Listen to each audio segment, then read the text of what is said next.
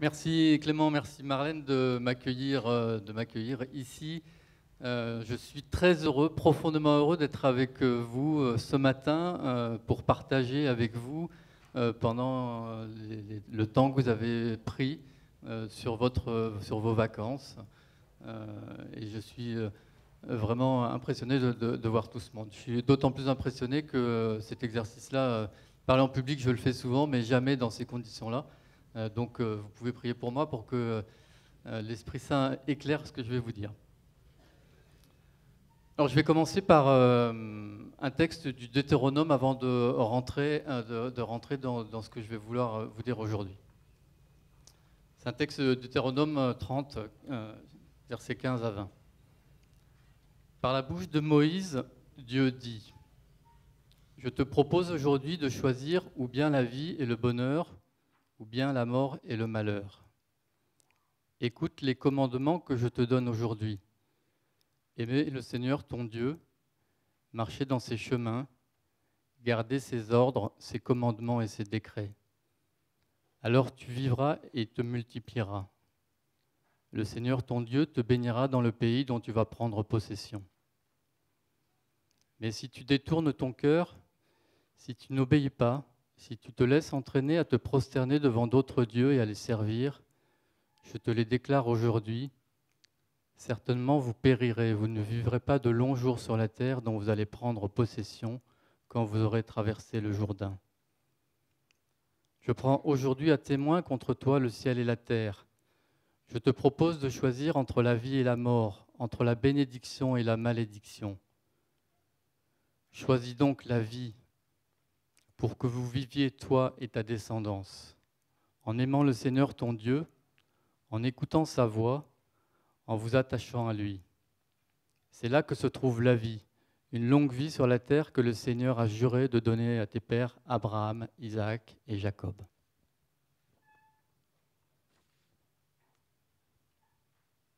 Voilà, alors je vous dirai pourquoi ce texte résonne en moi. Je voudrais d'abord vous dire pourquoi je suis là. En fait, j'en sais rien. C'est plutôt à Agnès qu'il faudrait demander.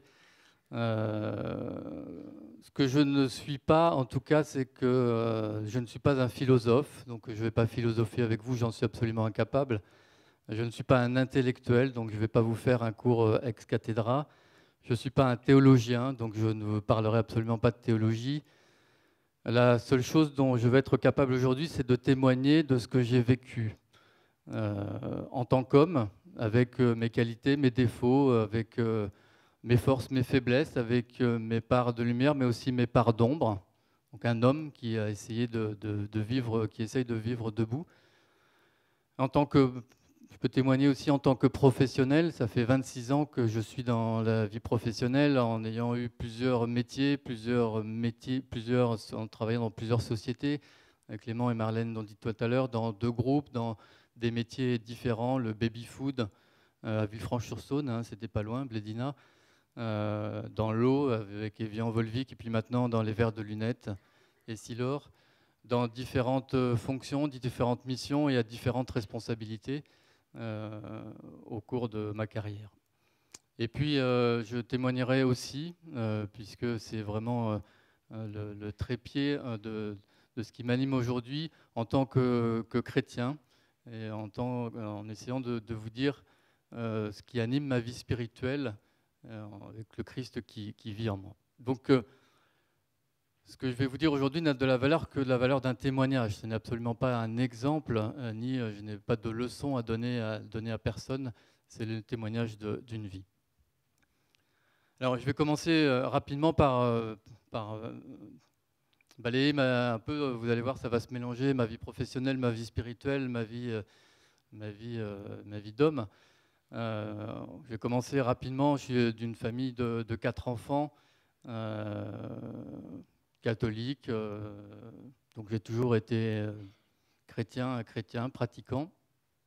J'ai beaucoup bougé. Mon père travaillait dans l'industrie, donc je suis né à Marseille, j'ai habité Bordeaux, Paris, Beauvais, Lille. Donc j'ai fait un peu le tour de France. Et puis je suis rentré dans une école d'agriculture parce que mes grands-parents étaient agriculteurs. Et puis j'ai complété après par un cycle de marketing à l'ESSEC. Là, j'avais déjà un peu cette conscience du fait que si on voulait faire bouger les choses, il fallait prendre des responsabilités. Donc j'ai été président des élèves à Beauvais, et puis j'ai cofondé la junior entreprise à l'époque, ça fait maintenant plus de 20 ans. Et j'avais un peu, mais beaucoup moins que maintenant, présent en moi les valeurs et ce que je voulais faire de ce que je voulais. J'avais des questions, comme vous aujourd'hui, sur ce qu'allait devenir, ce que je voulais faire dans le monde du travail, même si ce n'était pas encore très précis. Et puis ben voilà, j'allais dans des... Je m'occupais de jeunes, j'étais scout, puis un jour j'étais à Lourdes à 18 ans et j'ai rencontré ma femme, qui a bien évidemment transformé ma vie. Alors je suis un peu triste aujourd'hui parce qu'elle aurait dû être assise là. Je suis triste parce que, à la fois pour vous, je pense que c'est toujours intéressant d'avoir, quand quelqu'un parle de sa vie, d'avoir un peu une contre-vue.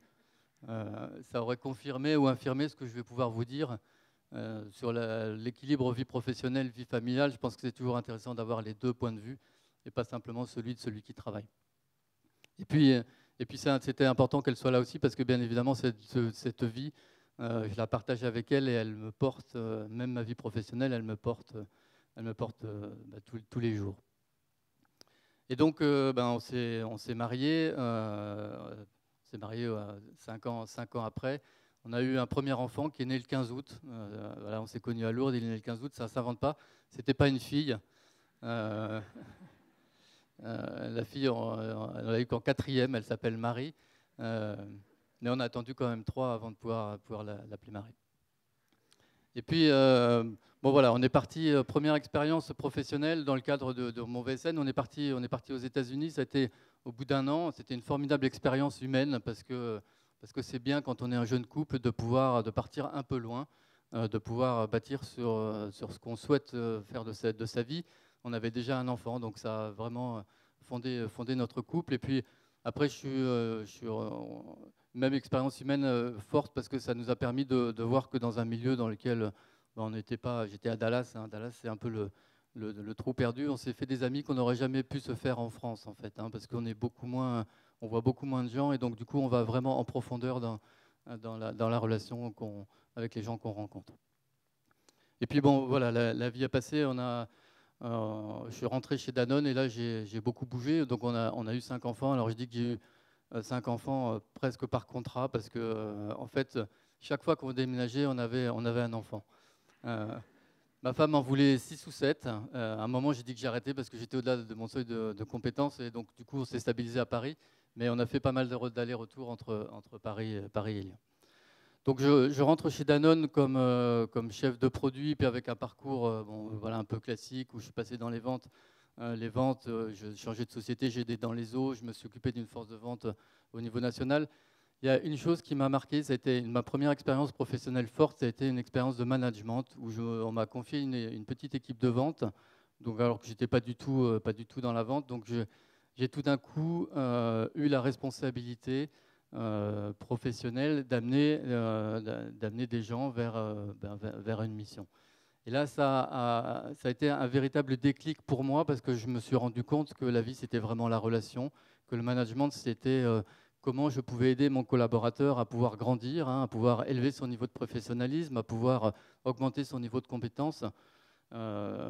Mais avec aussi toutes les difficultés du management. Hein. Il y avait des gens qui étaient proches de la retraite, il y avait des jeunes qui devaient rentrer, il y avait des gens qui ne voulaient pas travailler. Enfin, le management, c'est une école de vie qui est difficile, hein, mais en même temps qui est tellement riche.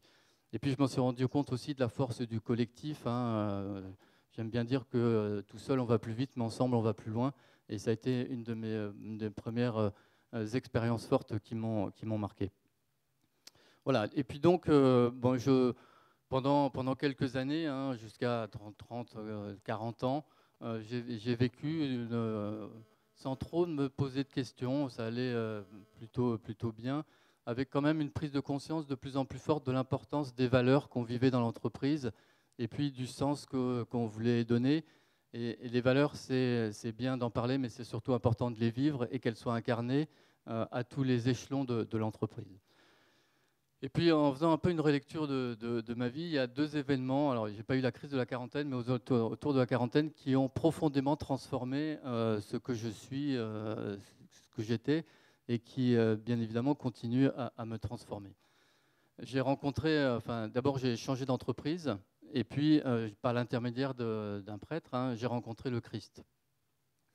Alors je vais commencer par, je vais rencontrer par l'entreprise. Donc je quitte Danone, qui est une entreprise que j'ai beaucoup aimée, hein, donc je quitte vraiment, vraiment en bons termes, pour rentrer chez Essilor au poste de directeur commercial.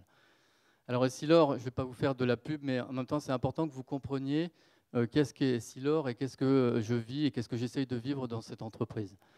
Essilor, c'est une histoire qui est assez étonnante. C'est en 1972, il y a une fusion d'une société qui était une ex-coopérative ouvrière, hein, la Société fraternelle des ouvriers lunetiers, SL, fondée en 1849, quasiment proudhonienne, et donc ils fusionnent avec Essilor, les 2 sociétés commerciales, et donc les 2 deviennent Essilor. Et de cette fusion, de cette coopérative ouvrière, on en a gardé beaucoup de choses. On en a gardé, si je devais le résumer, 5 grandes caractéristiques. D'abord, une implantation française importante, hein, même si Essilor est maintenant un groupe très international, on est présent dans plus de 100 pays, on est encore très marqué en France, puisqu'on a plus de 5000 personnes qui travaillent en France, on a 11 sites industriels. On a gardé une stratégie basée sur l'innovation, puisque l'inventeur du verre, vous êtes beaucoup trop jeune pour connaître ça, mais l'inventeur du verre progressif, vous y passerez tous un jour, hein, donc il faut commencer à apprendre. L'inventeur du verre progressif, le Varilux, ça a été inventé par Bernard Maitnas, qui vit encore aujourd'hui. Et puis, on en a hérité ensuite d'un produit, un produit qui peut paraître anodin, hein, mais ça permet d'atteindre sa cible. Hein, vous l'avez vu tout à l'heure, c'est le verre de lunettes. Le verre de lunettes, c'est un produit qui a une utilité sociale qui est très forte. Quand on change la vue de quelqu'un, on lui change sa vie. On le voit vous le voyez, vous qui portez des lunettes, hein, si vous êtes pas bien, vous pouvez rien faire, mais quand on équipe des enfants quand on fait des missions un peu au Cambodge ou quand on part en Tunisie, on équipe des enfants qui n'ont jamais eu accès à des lunettes. Ça leur ouvre un monde qu'ils ne pouvaient pas connaître. La première chose, hein, c'est étonnant et d'ailleurs c'est extrêmement émouvant, la première chose qu'on fait, c'est que, et on prend des précautions, on leur met un miroir devant les yeux, parce que ce sont souvent des enfants qui ne se sont jamais vus. Ils n'ont jamais pu voir leurs parents non plus. Hein, vous voyez ce que ça peut faire. Et bon, ce qu'on voit avec des enfants, on le voit aussi avec des personnes âgées ou des personnes âgées qui ne sont pas bien équipées en lunettes. Elles se désocialisent complètement, elles ne peuvent plus lire, elles ne peuvent plus regarder la télévision, elles ne peuvent plus faire de mots croisés, elles ne peuvent plus coudre. Et donc, ce produit, ce verre de lunettes, c'est tout simple, mais en même temps, c'est tellement important pour ceux qu'on en a besoin. Donc, on a hérité de ce produit-là, qui a une utilité sociale très forte. On a hérité aussi d'une mission qui est de pouvoir équiper le plus de monde possible dans le monde. Alors, sur la Terre, il y a 7 milliards de personnes, il y en a 4 milliards qui ont besoin de lunettes, il y en a 1,5 milliard qui sont équipés, il y en a 2,7 milliards qui ne sont pas équipés. Donc vous voyez le champ qui nous reste, le boulot qui nous reste à faire au niveau des Essilor pour pouvoir équiper ces gens-là qu'on a besoin. Et il y a en France, bien évidemment, mais il n'y a pas qu'en France, en Inde. On a plein de programmes pour pouvoir équiper à grande échelle en allant dans les villages, en vendant des verres très peu chers. Parce que quand je parlais de changer la vie, quand vous avez 45 ans, que vous êtes atteint de la presbytie, ben vous êtes artisan et vous ne pouvez pas finir le boulot pour lequel vous vivez. Et quand on va dans les villages, qu'on équipe ces gens-là, là aussi, on repasse après et on voit que c'est transformé. Leur vie est complètement transformée. Donc chez Essilor, tous les collaborateurs, tous les 55 000 collaborateurs d'Essilor sont complètement imprégnés de cette mission. Et on a qu'on appelle les 2,5 milliards de gens équipés. Et puis la dernière chose dont on a hérité, c'est des valeurs. Je disais que les valeurs, il faut les vivre, mais les valeurs, et que si elles sont incarnées, on a hérité de cette coopérative ouvrière de valeurs de respect, de confiance en l'autre, hein, d'autonomie et d'esprit entrepreneurial. Xavier Fontanet, qui était, que peut-être certains d'entre vous ont entendu parler, qui était l'ex-président des Steelers, disait que la confiance, c'était tout simple dans une entreprise. C'était d'abord la confiance en soi, ensuite la confiance en l'autre, et ensuite la confiance en la stratégie. Si vous avez ces 3 éléments de la confiance, à ce moment-là, vous pouvez emmener les gens très loin. Et puis, un des ciments de la confiance chez les Steelers, c'est qu'on a gardé ça de la coopérative ouvrière. On est le principal actionnaire des Steelers, ce sont les salariés. On a 8% des actions et 15% des droits de vote.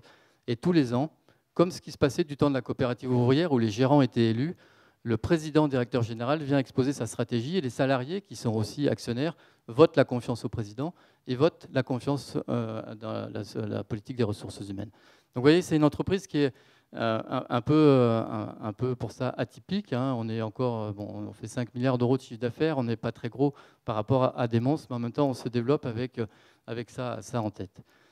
Pour moi, ce que je viens de vous dire, si j'ai passé un peu de temps là-dessus, c'est qu'il y a,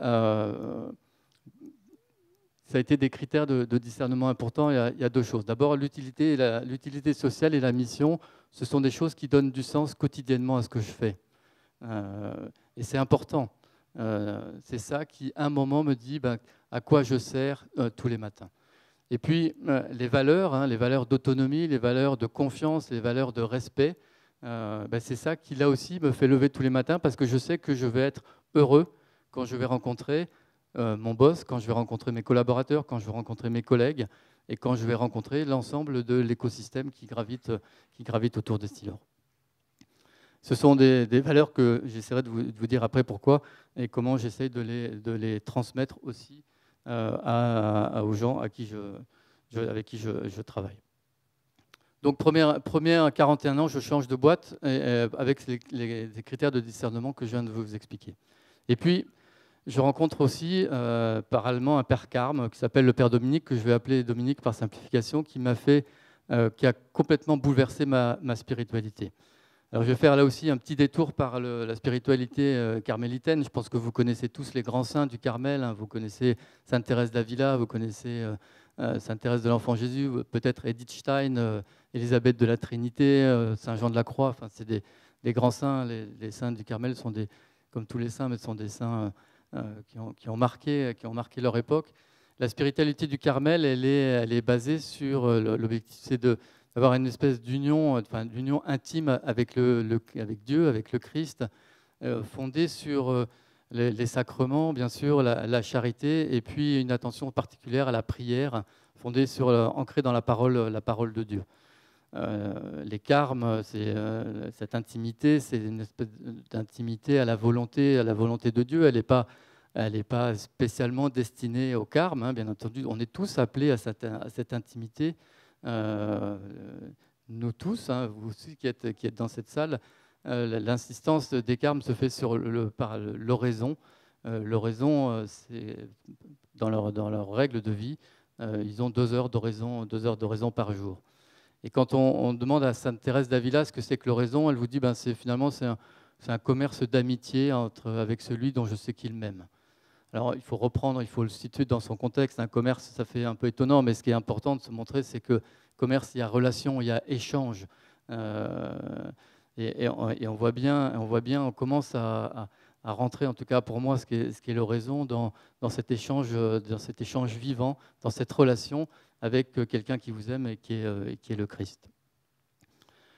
Et puis donc j'ai commencé avec Dominique à cheminer sur ce chemin d'oraison, alors comme un enfant qui essaye de faire du vélo, hein, en tombant, on a besoin d'être guidé, d'être accompagné avec une espèce de fidélité à la prière. J'ai commencé le soir et puis à un moment je me suis rendu compte que quand je dormais un peu trop vite, c'était pas forcément le meilleur moyen de faire oraison. Alors j'ai essayé de trouver des moyens et puis le Seigneur est bon. Il se trouve que je travaille là, pour ceux qui connaissent un peu Paris, j'habite à Versailles et je travaille à Vincennes, donc je traverse Paris tous les matins. Donc je suis obligé de partir à 7 h le matin pour éviter les embouteillages. Et en fait, je me suis dit, mais bon, ça ne sert à rien que tu arrives au bureau à 8 h moins le quart. Bon. Donc j'ai essayé de trouver une église. J'ai trouvé une église ouverte juste à côté de mon bureau à 8 h du matin. Donc j'ai commencé à faire oraison le matin. Le matin, ce qui m'a ancré dans cette prière-là. Et puis j'ai changé de boulot.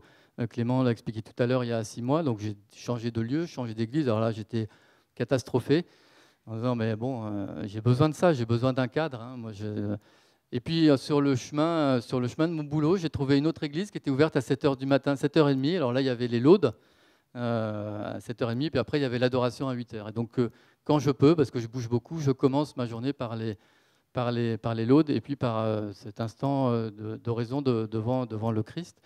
Et ça m'ancre profondément dans cette relation avec le Christ et ça illumine ma journée. Alors, elle n'est pas là, Agnès, mais j'ai invité, c'est la communauté de l'Emmanuel, j'ai invité Agnès quand elle m'a proposé ça, et on a eu la joie de partager les laudes ensemble, de commencer la journée par l'oraison.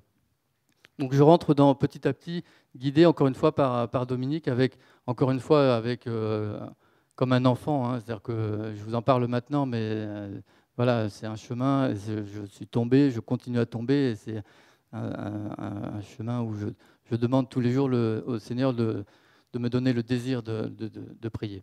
Et puis je disais que les carmes, c'était l'oraison, et c'était aussi une attention particulière à la parole, ancrée dans la parole. Il y a par la Lectio Divina, c'est comment rendre vivante, actuelle cette parole de l'Ancien et du Nouveau Testament. Il y a 3 paroles que je voudrais partager avec vous qui m'ont particulièrement marqué. C'est des paroles tirées de Saint Paul. Alors encore une fois, je ne vous ferai pas un cours de théologie, je vais simplement essayer de vous dire en quoi elles m'ont changé et puis qu'est-ce que ça a fait après sur ma vie quotidienne et ma vie professionnelle. La première, c'est une parole tirée de Saint Paul aux Philippiens, chapitre 1. C'est en effet pour moi, vivre, c'est le Christ. Ma vie, je vis de la vie même du Christ. Qu'est-ce que ça veut dire? Pour moi, ça veut dire que le Christ, ou Dieu que je pensais un peu comme un espèce de concept qui était lointain, pourtant de temps en temps, je ressentais qu'il était là. Il est au cœur de ma vie. Je vis de la vie même du Christ. Il vit dans mon cœur. Et l'oraison, c'est de rentrer continuellement, tous les jours, tout le temps, tous les moments de ma vie, en relation avec ce Christ qui vit dans mon cœur. Pour moi, cette parole me bouleverse quotidiennement. Pour vous, c'est peut-être évident, mais ça a profondément changé ma vie. Parce que ça pose bien évidemment plein de questions, mais là, en tout cas, ça m'en a posé 2 en disant quelle place je lui fais dans mon cœur, quelle place je lui fais dans mon cœur. Et puis, s'il vit en moi, mais ça veut dire qu'il vit aussi en l'autre. L'autre qui est aimé de Dieu, mais l'autre, le prochain, mon collègue, mon boss, il vit aussi de la vie de Dieu.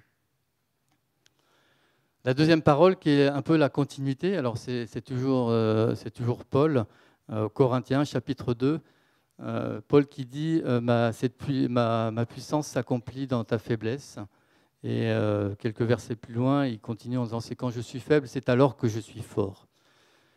Et ça, c'est quelque chose que je vis tous les jours. Alors je vais le dire en transparent, enfin plutôt dans l'autre sens. Je vois bien que quand le vieil homme, c'est-à-dire que quand c'est mon égoïsme, quand c'est mon orgueil qui reprend le dessus, quand je me sens finalement l'origine de tout, et bien à ce moment-là, c'est là où finalement je me plante. Alors que quand j'accepte de reconnaître mes faiblesses, quand j'accepte de les nommer, c'est à ce moment-là que le Christ vient me toucher et me rend fort. Et je peux vous dire que je l'expérimente ça tous les jours. Tous les jours, j'expérimente ça.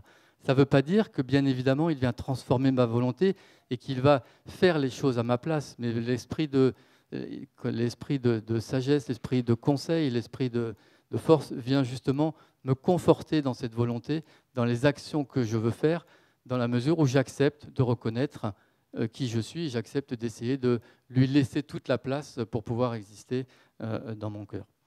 Puis la troisième, c'est finalement, c'était toujours Paul aux Thessaloniciens qui dit « Soyez toujours dans la joie, priez sans cesse et rendez grâce en toutes circonstances ». Alors, ça paraît vraiment, vraiment tout simple, hein, on se dit, bon, mais en même temps, je peux vous dire que c'est une sacrée règle de vie parce que les deux, bien évidemment, sont liés. La joie, soyez toujours dans la joie, c'est complètement lié c'est ce qu'on a vécu ce matin, à la rendre grâce en toutes circonstances, et puis à prier sans cesse. Prier sans cesse, c'est pas destiné, je le redis à ce que je disais dans l'horizon, c'est pas destiné à des moments de prière particuliers dans la journée. Non, c'est quel regard en permanence je porte, qu'est-ce que je prends le regard du Christ que je porte sur l'autre. Voilà, trois paroles qui ont fortement résonné en moi et qui ont qui ont encore une fois transformé ma vie spirituelle. Avant, je pouvais dire que, et je ne juge pas ce que je vivais avant, hein, j'avais un peu une image d'un Dieu qui était un peu au-dessus, un peu conceptuel, même si je croyais. Voilà, le fait que ça soit cette relation vivante d'un Dieu qui vient, qui aime chacun, qui aime son peuple et qui vient descendre dans le cœur de chacun, m'a réellement transformé. Donc voilà, 2 événements. Alors c'était pas la crise de la quarantaine, mais bon, voilà, ça s'est passé aux alentours de 40 ans. Et puis j'ai cheminé avec ça et je suis passé vraiment d'un regard humain sur les choses et sur ce qui avait du prix et de la valeur, à un regard complètement éclairé par le Christ. Et c'est ça qui m'a vraiment permis d'avancer. Alors, je reviens, je fais un petit retour sur ma vie professionnelle. Donc, je rentre chez Essilor comme directeur commercial. J'y passe 7 ans. Et puis à un moment, on me propose de prendre la direction générale d'Essilor France. Pour moi, c'était complètement inimaginable. Essilor France, c'est la plus grosse filiale du groupe. Hein. Le groupe a été fondé en France. C'est vraiment quelque chose de très important. Et quand mon patron me l'a proposé, je lui ai dit non. Alors, il m'a regardé en disant, mais bon, je lui ai dit, non, mais je ne m'en sens pas capable. Bon, il m'a dit, écoute, réfléchis et puis on en reparle. Donc, j'étais voir Dominique. Dominique, il m'a dit, bah, écoute, on va prendre le temps et puis on va prendre le temps de discerner. Bon, puis au bout d'un certain temps, j'étais revoir mon patron, puis je lui ai dit oui. Et puis 3 ans après, donc ça c'était il y a 6 mois, de nouveau mon patron vient me voir en disant écoute voilà, je suis en train de réformer l'Europe, j'ai besoin de quelqu'un qui s'occupe de la totalité de la France, donc une responsabilité un peu plus élargie que ce que j'avais avant, plus les pays du Sud, hein, l'Espagne, le Portugal et l'Italie, et je voudrais que ça soit toi. Et je lui dis non aussi.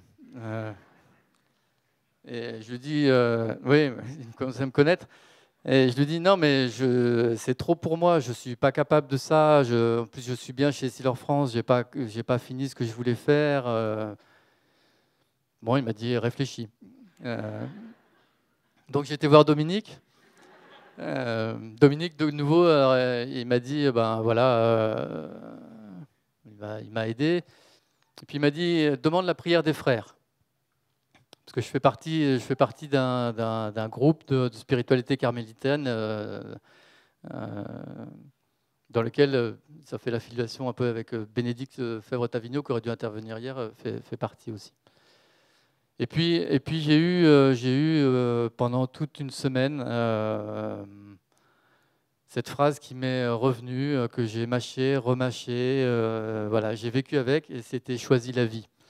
Le texte d'introduction que j'avais eu dans le désert, parce qu'on avait fait un pèlerinage avec Dominique dans le désert, et je trouve que voilà, j'ai cheminé avec ça. Choisir la vie, c'était aussi de faire confiance à ceux qui me proposaient ça, c'était aussi d'aller de l'avant. Bon, donc à un moment, je me suis dit, ça va, je vais aller dans ce sens-là, et puis donc toute la semaine, je chemine avec ce texte-là, et pour vous dire le clin d'œil parfois du bon Dieu. En fait, mon beau-frère se mariait à 50 ans, c'est le frère jumeau de ma femme, c'était un formidable mariage. Et le texte de leur mariage, c'était le texte du Deutéronome, c'était « Choisis la vie ». Voilà, donc j'étais voir mon patron et je lui ai dit, j'accepte ça. Tout ça pour vous dire que qu'est-ce que ça a vraiment changé dans ma vie. La première chose, c'est que ça a profondément changé la vision que j'avais de ce que je devais faire chez Essilor. Je ne vois plus maintenant les postes que j'occupe comme une position à occuper je reparlerai de l'ambition après, mais je le vois vraiment comme la réponse à un appel, comme à quoi je suis appelé, quelle est ma mission profonde Où le Seigneur m'appelle-t-il pour pouvoir porter du fruit? Et si vous répondez en Christ à cette réponse-là, ça vous donne une force incroyable. Parce que vous savez que vous êtes là, parce qu'à un moment vous avez été appelé et que vous avez discerné que vous êtes vraiment là pour ça. Je sais qu'on en parlait, vous avez un atelier là-dessus, mais je le relie complètement à la parabole des talents. Hein, à quoi le Seigneur appelle les serviteurs et il leur dit, ben voilà, on a chacun des talents, à nous de les faire fructifier. Où je vais porter du fruit. Où je vais porter du fruit. Et du coup, on ne parle plus d'ambition. L'ambition, c'est simplement d'être à la place où le Seigneur m'appelle. Et ce dont je suis profondément convaincu, c'est que ce que je vous dis là, ce n'est pas simplement quand on a besoin de savoir si on va prendre un poste de direction générale ou un poste de... Chacun a une mission. On est tous appelés, vous êtes tous appelés à quelque chose, à vivre quelque chose dans votre vie professionnelle. Chacun, vous êtes tous appelés à porter du fruit. Après, la question, c'est de savoir, est-ce que vous dites oui et sur quels critères je veux dire oui. Donc il y a des critères de discernement derrière. Mais pour moi, c'est fondamental. Et c'est une partie de la réponse à viser quelle réussite. La réussite, c'est de savoir être à ma place, répondre à ma vocation.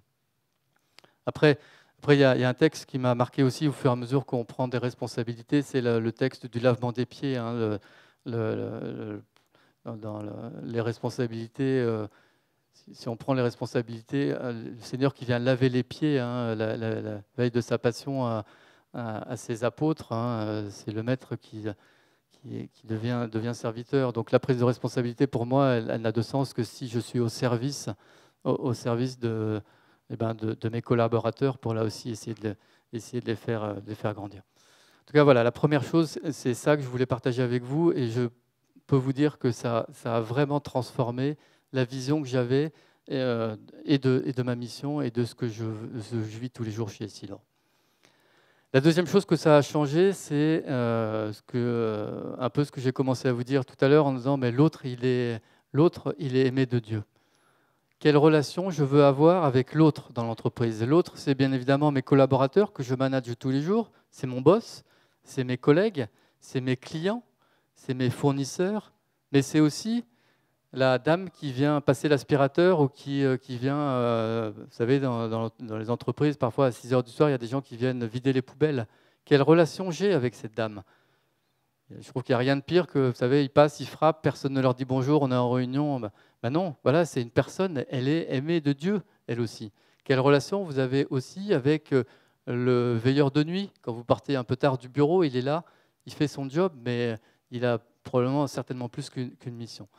Et le fait d'imaginer, de penser que ben voilà, cette personne, le Christ vit en elle et que qu'il est aimé de Dieu, on prend l'homme, on prend l'autre, on prend son prochain dans toute sa dimension et on ne le réduit pas simplement à la mission pour laquelle il est payé.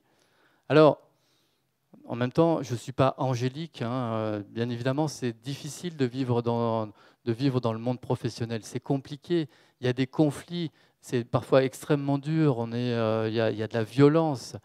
Mais en même temps, je suis fondamentalement persuadé qu'on peut essayer de vivre ce que je viens de vous dire. Alors, quand j'étais chez Essilor France, je le disais à mes collaborateurs en disant, j'ai employé le mot bienveillance. Bienveillance, c'est un regard positif, a priori positif sur les gens. Après, il y a le pape François qui a un magnifique texte que je vous encourage à lire pour la journée de la paix, qui parle de fraternité. Forcément, si on est chrétien, il y a une dimension, on a tous un même père, et du coup, c'est plus de la bienveillance, c'est de la fraternité. Mais quand il parle de la fraternité, qui transforme le monde et qui transforme la relation que vous avez avec les gens. Et je pense que ça transforme aussi les relations au travail, puisque l'autre que vous voyez, est-ce que vous le voyez comme quelqu'un qui veut prendre votre place? Est-ce que vous voyez comme quelqu'un, comme un concurrent, comme quelqu'un qui veut vous détruire? Ça n'empêche pas, encore une fois, l'exigence, ça n'empêche pas la confrontation des idées, mais en tout cas, ça donne une dimension complètement différente à ce que vous pouvez vivre dans l'entreprise. Et là aussi, tout le monde peut faire ça. tout le monde peut envisager l'autre dans l'entreprise, en faculté, quand on est prof ou dans les milieux médicaux. En tout cas, dans le monde professionnel, on peut envisager l'autre comme autre, ne pas le réduire simplement à la mission pour laquelle il est payé. La troisième chose sur laquelle ça a transformé ma vie professionnelle, c'est que poussé par l'esprit, ça m'a aidé à prendre conscience que je pouvais, quelle que soit ma position, avoir des marges de manœuvre et de pouvoir faire bouger les lignes. Alors là, je m'inscris dans ce que, pour ceux qui ont eu la chance d'être là l'année dernière, dans ce que disait Emmanuel Faber sur le social business.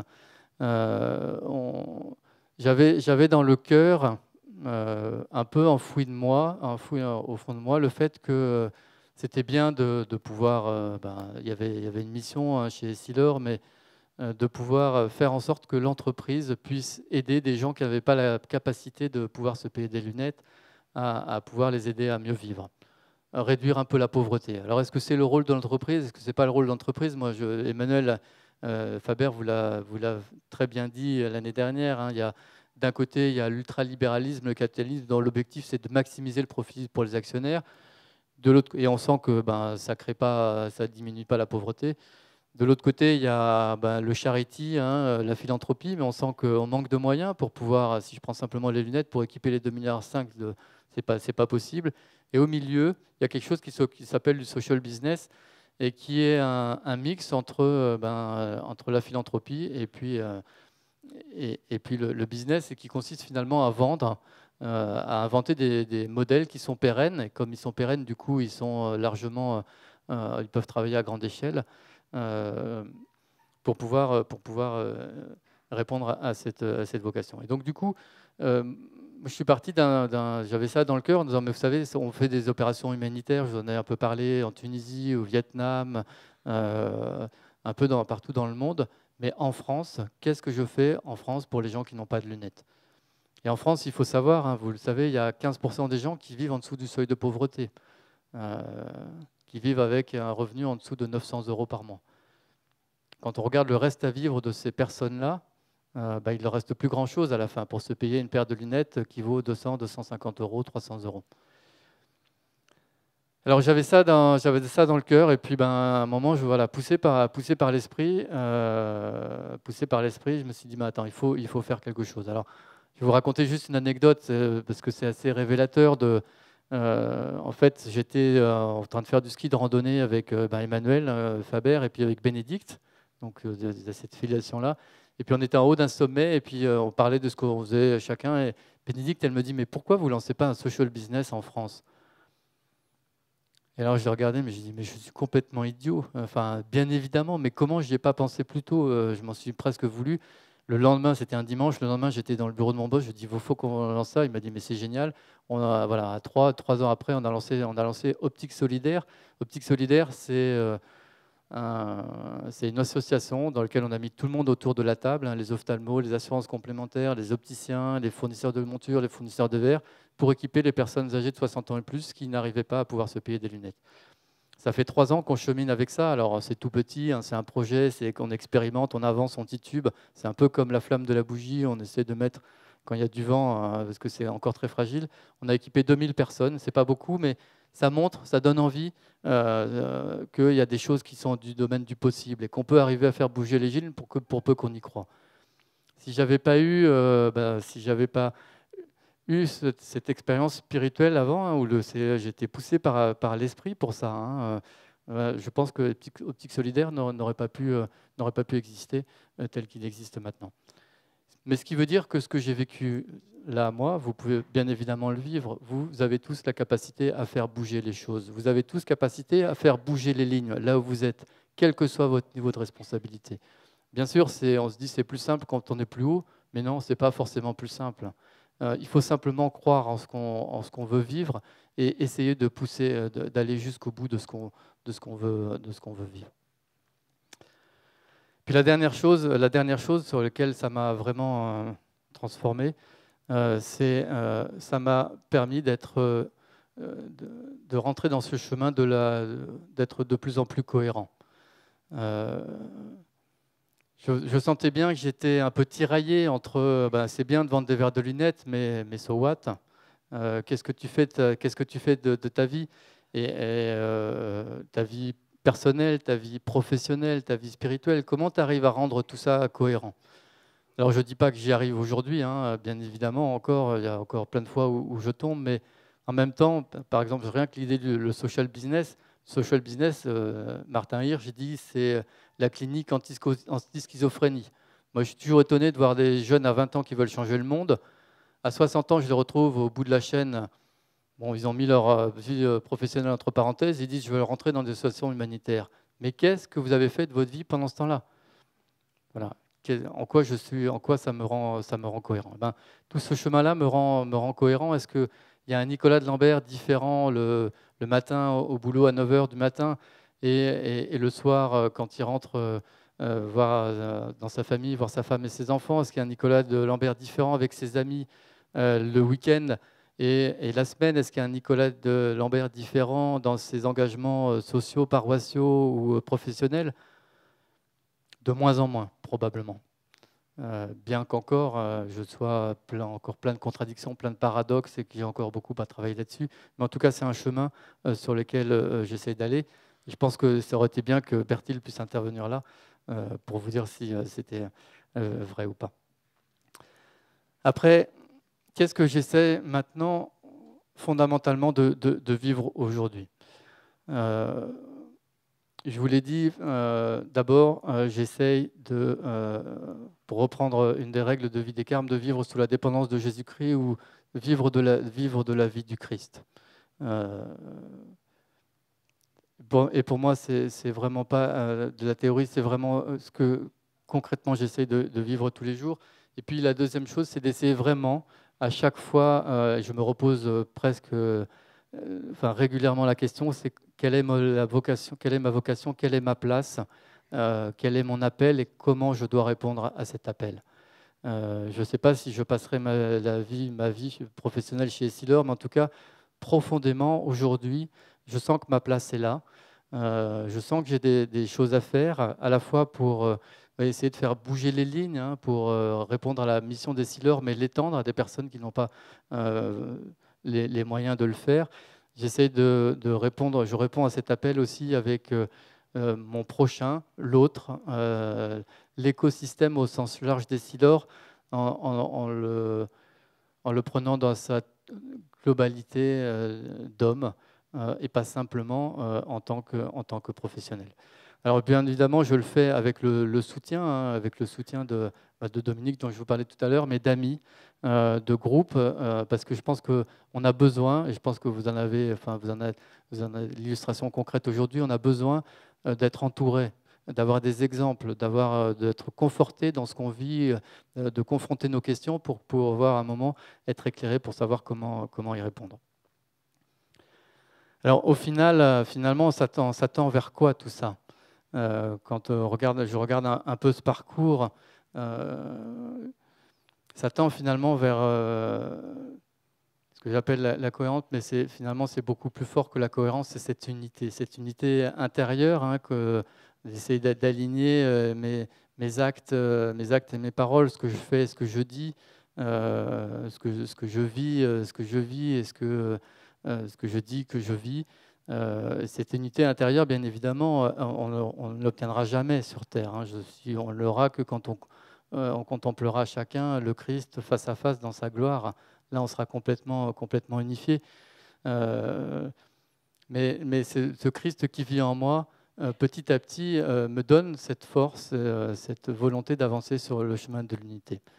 Alors, depuis ma naissance jusqu'à maintenant, ou au moment où je vous parle, est-ce que ce chemin d'unité, c'est un chemin qui est difficile, hein. Encore une fois, la vie professionnelle, elle est compliquée, elle est difficile, tous les jours, c'est un challenge. Il faut se battre, hein, mais en même temps, je pense que ça peut être pour chacun un chemin d'unité. Et si je devais répondre à la question aujourd'hui en disant comment vous l'avez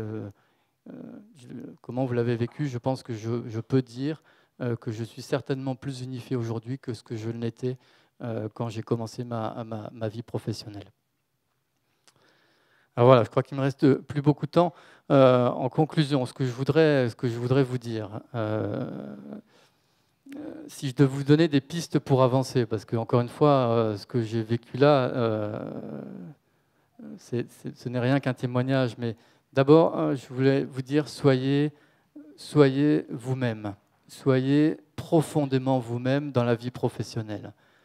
Soyez cohérent et cherchez à l'être, mais on ne peut pas vivre une vie professionnelle en étant schizophrène. C'est pas possible. On ne peut pas vivre avec un désir dans le cœur et puis vivre complètement différemment sa vie professionnelle.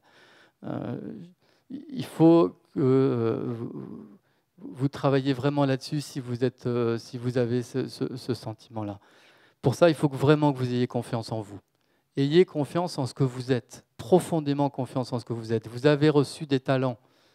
Ce n'est pas moi qui le dis, c'est l'Évangile. Vous avez reçu des talents. Après, voilà, développez-les.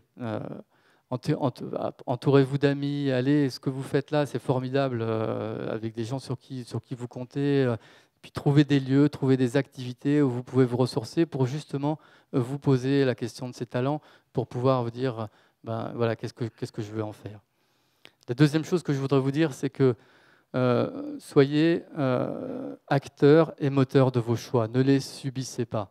Ne pensez pas, pour reprendre les mots d'Emmanuel l'année dernière, ne pensez pas qu'il y a un système et que vous subissez le système. Non, vous pouvez faire bouger les lignes. Vous pouvez faire bouger les lignes. Quel que soit l'endroit où vous êtes, quelle que soit la responsabilité que vous occupez, vous avez une capacité, vous, à faire bouger les lignes. Et il faut que vous en soyez convaincus de ça. Puis quand il y en a un qui fait bouger les lignes, deux qui fait bouger les lignes, vous allez voir, ça va continuer, il va y avoir un effet d'entraînement sur l'autre et puis bien évidemment sur vous. Il faut que vous en soyez profondément convaincus et vous verrez que ça fonctionne. Soyez dans vos lieux de travail bienveillants ou fraternels. Et si je devais le dire d'autrement, osez la bienveillance, osez la fraternité. Vous allez voir comment, rien qu'en changeant de regard sur l'autre, encore une fois au sens large, ce n'est pas simplement mon patron, mes collaborateurs. Certes, c'est important, on a tous une mission quand on manage de les faire grandir, de les faire évoluer, de les faire bouger, mais c'est l'autre au sens large, mes collègues. Osez la fraternité. Et relisez ce qu'a dit le pape François, c'est tellement fort, tellement simple en même temps qu'on peut faire bouger les choses, on peut faire bouger les lignes et on peut faire bouger les personnes, on peut faire bouger son prochain. Et puis je terminerai par deux phrases que vous avez déjà entendues. Soyez toujours dans la joie, priez sans cesse, rendez grâce en toutes circonstances et puis au final, choisissez la vie.